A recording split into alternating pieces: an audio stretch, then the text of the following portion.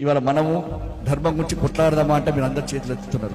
నాకే బాగా అనిపిస్తుంది సార్. వాళ్ళ శబరిమల ఇలా అంత అకృత్యాలు జరుగుతుంటే అంతా ఉంటే ఇలా ఎంతమంది సొంతగా వీడియోలు పెట్టారు స్వామి, ఎంతమంది సొంతంగా నా స్వాములు బాధపడుతున్నారు. ప్రభుత్వం స్పందించాలి, నాయకులు స్పందించాలి, పార్టీలు స్పందించాలి, స్వాములను కాపాడండి, స్వాములకు సౌకర్యాలు కల్పించండి అని చెప్పి ఎంతమంది స్వాములు సొంతంగా వీడియో పెట్టారు స్వామి.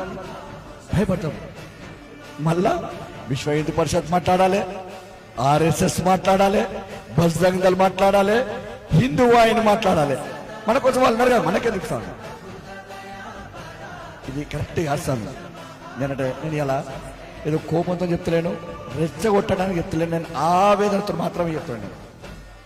తోటి అయ్యప్ప స్వాములు బాధపడుతుంటే స్పందించాల్సిన బాధ్యత అయ్యప్ప స్వాముల మీద ఉన్నది.